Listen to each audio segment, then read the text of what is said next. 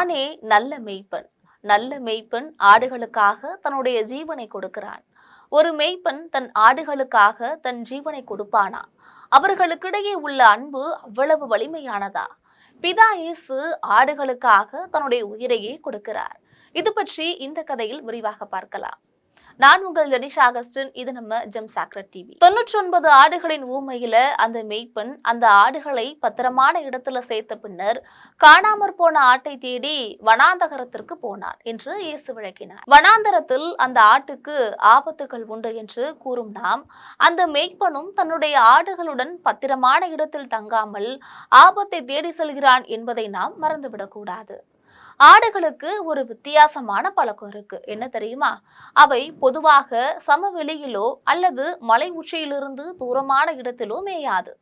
ஆபத்து எங்கேயோ அந்த இடங்கள்ல ஆடுகள் மேய்ந்து கொண்டிருப்பதை நாம் அநேக இடங்கள்ல காண முடியும். ஒரு சமயம் ஜோர்டானில் உள்ள பெட்ரா என்ற இடத்தில் குதிரையில் சென்று கொண்டிருந்தேன். அப்பொழுது கண்ட ஒரு காட்சியை என்னால் மறக்க முடியவில்லை. நான் காண்பதை உறுதி செய்து கொள்ள என்னுடைய குதிரையை நான் நிறுத்தி சில புகைப்படங்களையும் எடுத்துக்கிட்டேன்.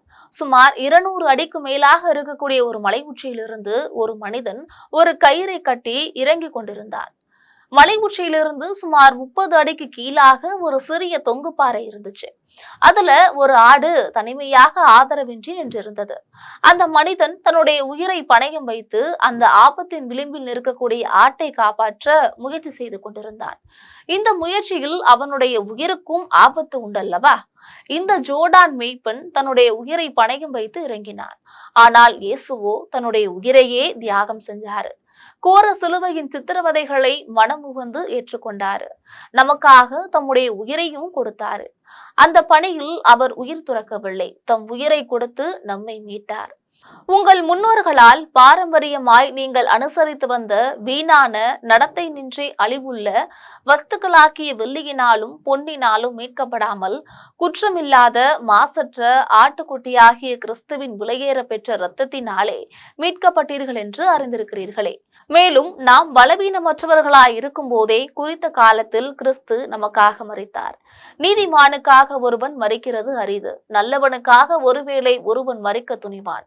நாம் பாவிகளாக இருக்கையில் கிறிஸ்து நமக்காக மரித்ததினாலே தேவன் நம்மேல் வைத்த தம்முடைய அன்பை விளக்க பண்ணுகிறார். தமக்கு முன்வந்த மற்றவர்களிலும் நல்ல மேய்ப்பானான இயேசு எவ்வாறு வேறுபட்டவர்?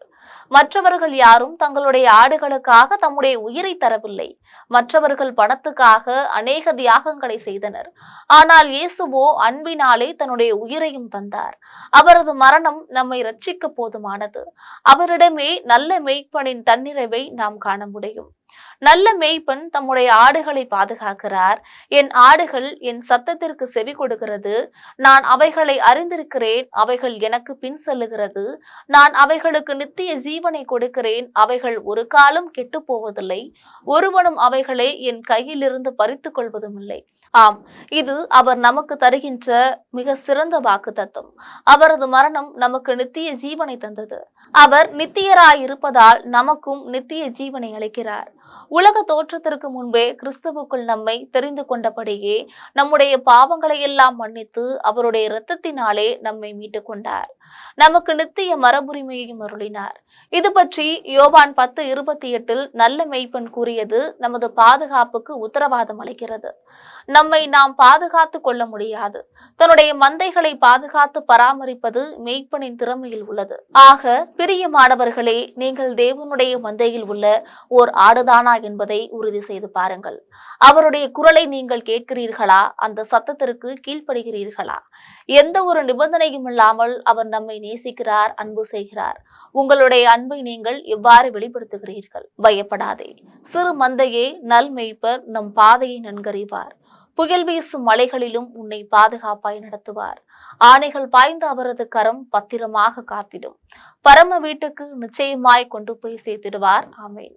இது போன்ற இன்னொரு தேவ கதையோடு உங்களை சந்திக்கும் வரை உங்களிடமிருந்து விடைபெறுவது நான் உங்கள் ஜெனிஷா அகஸ்டின்.